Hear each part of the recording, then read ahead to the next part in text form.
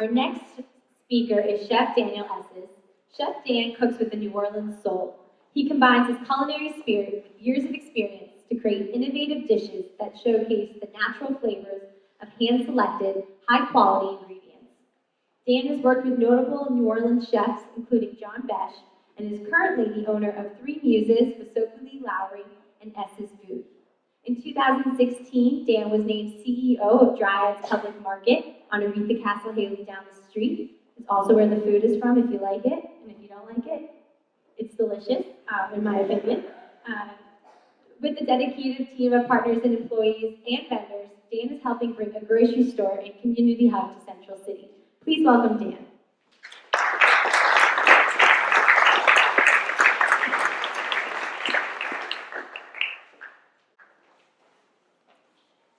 Thanks, Meredith. Thanks, StayLocal.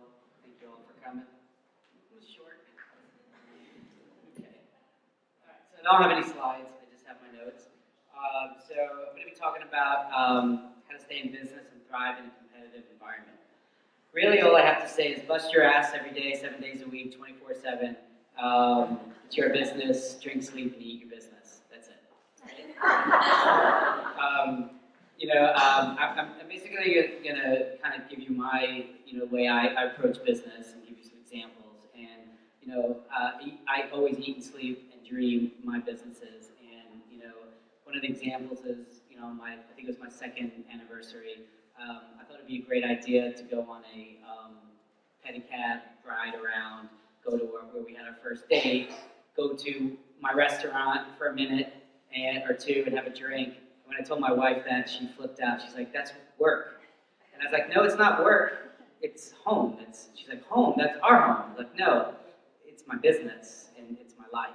And that's kind of how I approach business. And if you do that, you'll always be successful in more than, maybe not financially, but spiritually. I mean, this is your business and it should be your life. It should be who you are. We didn't stay at 3 Muses. I made a huge mistake and we left. But that just goes to show you where my mind was. So there's a lot of do's and don'ts. I think the don'ts are just as important as the do's. When I first started cooking, I read a book called Becoming a Chef, and there was a lot of extremely inspirational things in the book. And one thing that I got was always have a notebook and write down what the restaurant is doing wrong, and the don'ts. And so when I first started cooking, I always knew that I wanted my own restaurant, so I started writing, what is the chef doing I don't like? What is this restaurant doing that's, I went through a lot of restaurants that closed. What did they do? I made notes. So when I was able to open my own place, I knew a lot of things not to do. And those are almost as important as what to do, sometimes more important. So there's also contradictions. There's things that you always say, you're going to do this, but also do this. Your customer's your lifeline, but the customer's not always right. There's a lot of contradictions. I'm not really going to go into financial stuff, mostly because that's not my forte. I'm a chef, I cook. And I think a lot of people know it's obvious. You got to watch your numbers, and I'm not going to sit here and do that. But I'm just going to kind of go through a lot of the examples and kind of start how you start your business. This way you can be in a good position to grow it. So really, first you want to start with a product that no one's doing, or if someone's doing, you better do it better. Esses Foods, there's no fresh pasta company in the city. I started a fresh pasta company. I'm the only one doing that. So it helps me with my sales. I can go to any supermarket. I'm the only local one doing it. So that gives you an edge. So when you start your business, it's the most important is starting. You have to start and set yourself up for success, or else you'll fail. A good start will help you compete when you're starting your business and there's competition. If you don't start well, you won't be on a good foot to compete. Really, you want to start with spending as little money as possible. I know that's obvious, but it needs to be said. Ask yourself, do I really need this nice chair? I can use a cheaper chair. Think about the ways you can save money. Every penny counts. Don't overspend on trivial things. Once you get started, you have sales coming in, you can afford something nicer, a nicer chair, a nicer, comfortable, a better printer. Don't always think you have to have the best of everything to start. You really don't. You really can do with a lot less. It's more important in a restaurant where your margins are a lot lower, but in all businesses, your margins are pretty low. If we really think about it, unless you're dealing drugs, where margins are pretty good. In a real business, they're not that great. So every penny counts. It's essential for your business. What's going to make, only buy what's essential for your business. What's going to make you money? Is that nice chair going to make you money? No, unless you're selling chairs. So, obviously numbers-wise, you got to have working capital. 3 to 6 months is industry standard. You need to pay your employees. If you can't pay your employees, you're out of business. So always think about that when you go into business. Most importantly, don't grow too fast. Most businesses get ahead of themselves. Even if your sales are great, just slow down. Make sure you do what you you do what you do right. Don't get into too much debt. Don't go by getting loans and loans. Even if your banker says, "Hey, I got a loan for you," think about it before. Do I really need this loan?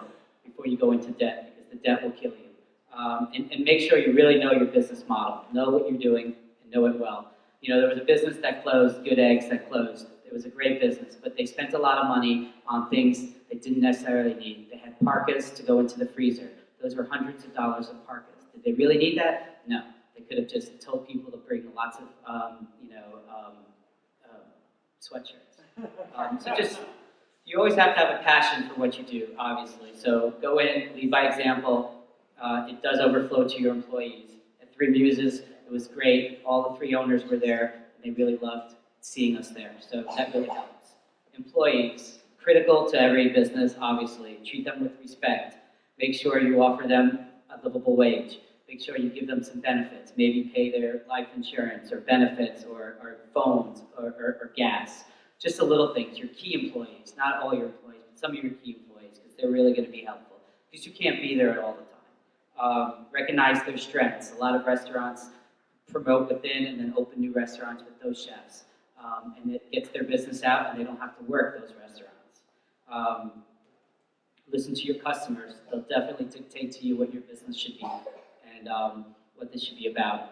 Don't try to force anything onto them or else they'll fight you and they're going to win. But here's the contradiction. Never underestimate them as well. Try to push them a little bit. Once you've earned their trust, you can push them a little bit more. When I took over at Marinade Brasserie, the owners wanted me to do only, local food like gumbos and jambalaya, which is all great, but I wanted to do more seasonal, fresh ingredients with local ingredients. And I pushed my customers to want more, and they really appreciated that. They didn't want what they can get New Orleans food anywhere else. So that set me apart as well. So those are your fundamentals. You start with that, and then you can grow. So once you grow, once you want to become successful and beat the competition, you have to grow. So always grow, always progress, be innovative. Always strive for more, constantly work on increasing your sales. I go out to all the supermarkets and I try to, each day I said, okay, I want to go to 4 more supermarkets, try to sell to more supermarkets, try to get out there. Don't just rest on your laurels. Also, you want to be, the social media is really important. You want to advertise with them. You also want to have a human side to yourself too. So you laugh at yourself. At Dryades, we used to be Jack and Jake's, and we had 10,000 grocery bags. It said Jack and Jake's on it. So I just crossed out the Jack and Jake's and wrote Dryades. It's obvious what we were. The whole city knew what we were. We weren't going to escape that. So I embraced it. I laughed at it. I said, go ahead, let's go. This is what we are. This is where we came from, and we're just going to keep growing, and eventually you'll forget about it. I think traveling helps a lot. Also, it helps you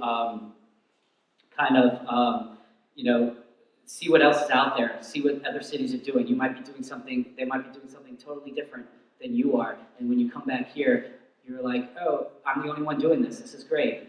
In 2004, I was a chef at the Bank Cafe. At that time, I was the only restaurant to do antipasti platters with cured meat and roasted vegetables and cheeses. Now everybody's doing that. So it just set me apart from everybody else. I thought that was kind of great. Also, get out there and do fundraisers.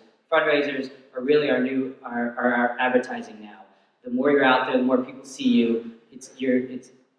you're always in everyone's eyes, and that's really important just to stay fresh. And so going to competition, and I'll wrap it up. Don't be afraid of the competition. Let it motivate you. On Frenchman Street, everyone saw our success. Now everybody's doing that, but we're a step ahead of them because we knew they were coming. And so we're always telling our employees, do better, do better, do better. And we renovated, and we wanted it to have more people come in. So we're always trying to stay ahead. We saw it coming, and we were prepared for it. So now there's, all these big places are doing music and food. But we were always a step ahead until when everybody was more competition, we had increased our dining capacity. So we were able to handle that. But we're also selling the best food, so people can see that. So if you do all these things I've said, you'll be rich and successful. Okay? Thank you very much. I appreciate it.